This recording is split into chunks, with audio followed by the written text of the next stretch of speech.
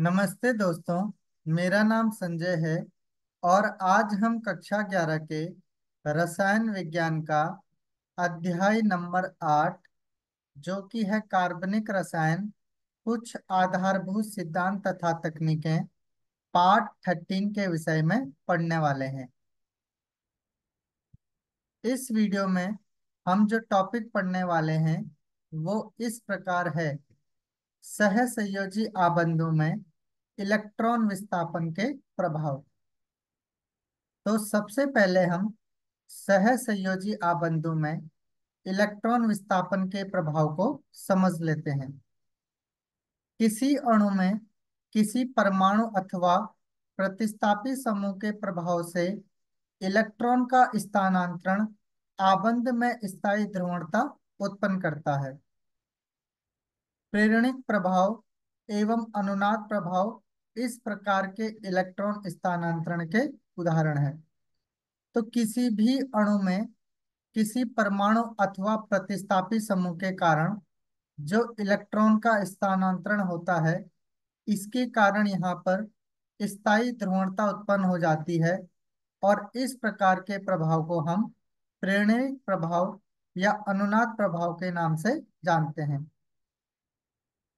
अभिकर्मक की उपस्थिति में किसी अणु में उत्पन्न अस्थायी इलेक्ट्रॉन प्रभाव को हम ध्रुवणता प्रभाव भी कहते हैं। इस प्रकार के इलेक्ट्रॉन स्थानांतरण को इलेक्ट्रोमेरी प्रभाव भी कहते हैं। तो सबसे पहले हम समझते हैं प्रेरणिक प्रभाव। भिन्न विद्युत ऋणात्मकता के दो परमाणुओं के मध्य निर्मित सहसंयोजक आबंध में इलेक्ट्रॉन असमान रूप से सहभाजित होते हैं। इलेक्ट्रॉन घनत्व उच्च विद्युत ऋणात्मकता के परमाणु की ओर अधिक होता है। इस कारण सहसंयोजक आबंध ध्रुवीय हो जाता है। आबंध ध्रुवता के कारण कार्बनिक अणुओं में विभिन्न इलेक्ट्रॉनिक प्रभाव उत्पन्न होते हैं। उदाहरण के तौर पर यहाँ पर जो है CH3 CH2 Cl का यहाँ पर उदाहरण दिया है, जिसमें Cl की विद्युत ऋणात्मकता जो है वो कार्बन की तुलना में अधिक होती है। इस कारण जो साझी के इलेक्ट्रॉन है ये Cl की तरफ जो है वो अधिक होते हैं। इसी कारण Cl पर आंशिक ऋणावेश जबकि कार्बन पर आंशिक धनावेश उत्पन्न हो जाता है। अब इस वाले कार्बन जो होता है ये साझे के इलेक्ट्रॉन को भी अपनी ओर खींच लेता है। इस कारण इस वाले कार्बन पे यहाँ पर जो है डबल पार्शल पॉजिटिव यानी कि आंशिक धनावेश भी यहाँ पर भी उत्पन्न हो जाता है।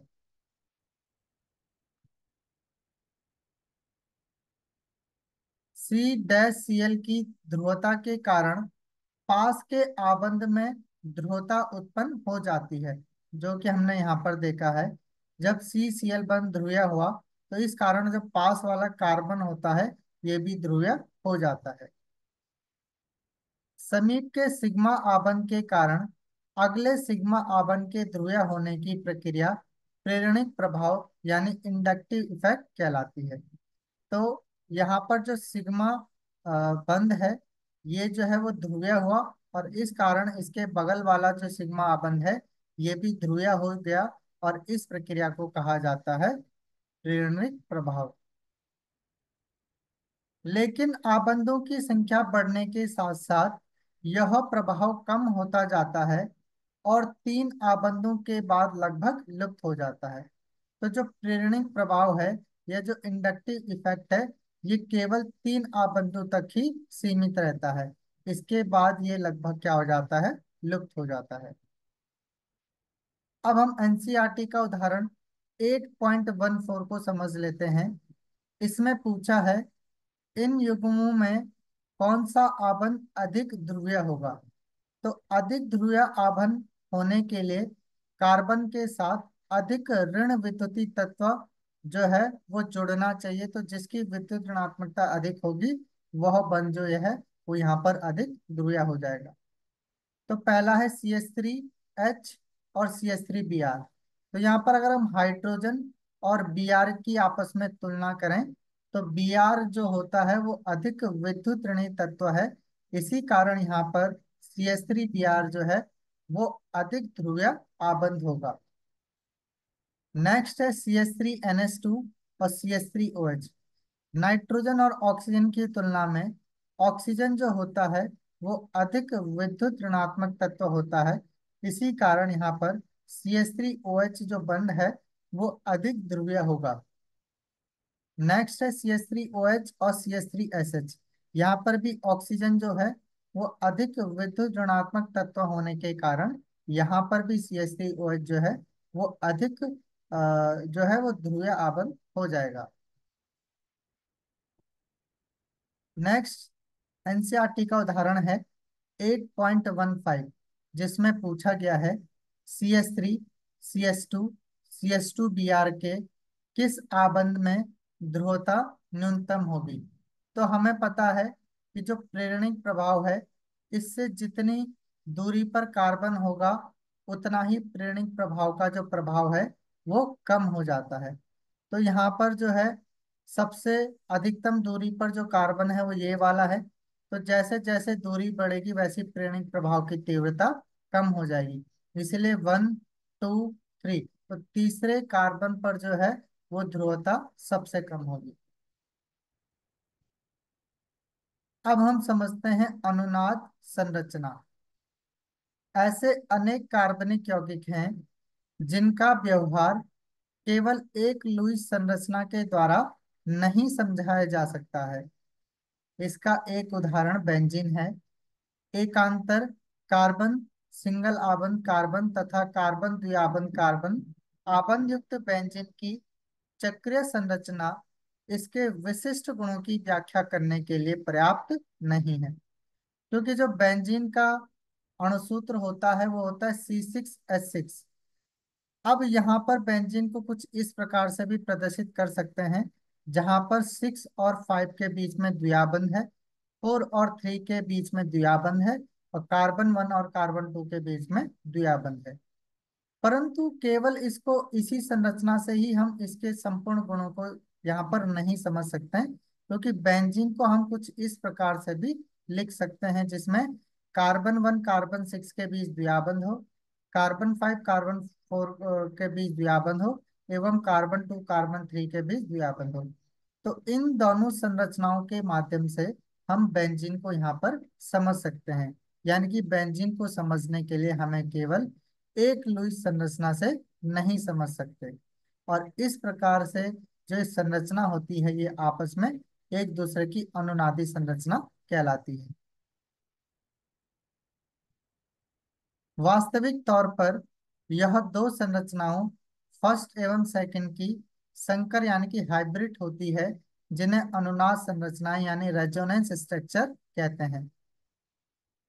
अनुनाद संरचनाएं काल्पनिक हैं। ये वास्तविक संरचना का प्रतिनिधित्व अकेले नहीं कर सकती है। ये अपने स्थायित्व अनुपात के आधार पर वास्तविक संरचना में योगदान करती है। अनुनाद का एक अन्य उदाहरण नाइट्रोमेथेन में मिलता है। तो नाइट्रोमेथेन को हम कुछ इस प्रकार से भी प्रदर्शित कर सकते हैं। यहाँ पर नाइट्रोजन और ऑक्सीजन के बीच में द्विआबंध है, परंतु इसको कुछ इस प्रकार से भी प्रदर्शित करते हैं। यहाँ पर जो द्विआबंध है वो इस नाइट्रोजन और इस ऑक्सीजन के बीच में होगा। तो इस प्रकार से हम नाइट्रोमेथेन को जो है वो दो संरचनाओं द्वारा प्रदर्शित करते हैं, और इन दोनों को भी हम एक हाइब्रिड यानी कि संकर संरचना से प्रदर्शित कर सकते हैं। वास्तविक अणु की ऊर्जा किसी भी कैनोनिकल संरचना से कम होती है। वास्तविक संरचना तथा न्यूनतम ऊर्जा वाली अनुनाद संरचना की ऊर्जा के अंतर को अनुनाद स्थायीकरण ऊर्जा या अनुनाद ऊर्जा कहते हैं। तो जो न्यूनतम ऊर्जा वाली संरचना होगी वो अधिक स्थायी संरचना को यहाँ पर क्या करता है, प्रदर्शित करता है। तो जो वास्तविक संरचना होती है और जो न्यूनतम ऊर्जा वाली संरचना होती है, इन दोनों के बीच जो अंतर होता है ऊर्जा का, उस ऊर्जा के अंतर को हम यहाँ पर अनुनाद ऊर्जा कहते हैं। अनुनादी संरचनाएं जितनी अधिक होगी उतनी ही अधिक जो है वो अनुनाद ऊर्जा होगी। अनुनाद संरचनाओं को लिखते समय निम्नलिखित नियमों का पालन किया जाता है, जिसमें सबसे पहला है, अनुनाद संरचनाओं में नाभिक की स्थिति समान रहती है, यानी कि नाभिक जो है वो दोनों में एक समान रहेगा। अनुनाद संरचनाओं में अयुग्मित इलेक्ट्रॉनों की संख्या भी समान रहेगी। अनुनाद संरचनाओं में वह संरचना अधिक स्थायी होगी जिसमें अधिक सहसयोजी आबंध होते हैं। अब हम एनसीईआरटी का उदाहरण 8.16 को समझ लेते हैं, जिसमें पूछा गया है CH3 COO नेगेटिव की अनुनाद संरचनाएं लिखें और वक्र तीरों द्वारा इलेक्ट्रॉन का संचलन दर्शाइए। तो अगर हमें CH3 COO नेगेटिव की अनुनादी संरचनाएं लिखनी है तो कुछ इस प्रकार से लिखेंगे। CH3 इसके साथ एकल आबंध से ऑक्सीजन और द्विआबंध से ऑक्सीजन। दूसरी तरफ भी इसी तरीके से हम बना देंगे, लेकिन द्विआबंध जो है आपकी बार इस कार्बन और इस ऑक्सीजन के मध्य होगा। अब कार्बन और ऑक्सीजन में अगर हम देखेंगे तो अधिक ऋणात्मक तत्व जो है वो ऑक्सीजन है, तो इलेक्ट्रॉन द्विआबंध वाले जो है वो ऑक्सीजन की तरफ जो है वो स्थानांतरित हो जाएंगे। जबकि इस वाले में जो है द्विआबंध में भी यहाँ पर ऑक्सीजन की तरफ, और जो ऑक्सीजन के पास यहाँ पर जब इलेक्ट्रॉन घनत्व अधिक होता है तो वो इलेक्ट्रॉन जो है वो इस सिग्मा बंध पर क्या होता है, स्थानांतरित हो जाते हैं। तो इस प्रकार से इनमें जो है वो इलेक्ट्रॉन का जो संचलन है वो इस प्रकार से होता है।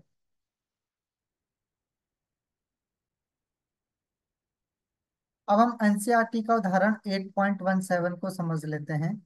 इसमें पूछा गया है CH2 double bond CH single bond CHO की अनुनाद संरचनाएं लिखें तथा विभिन्न अनुनाद संरचनाओं के आपेक्षिक स्थायित्व को दर्शाइए।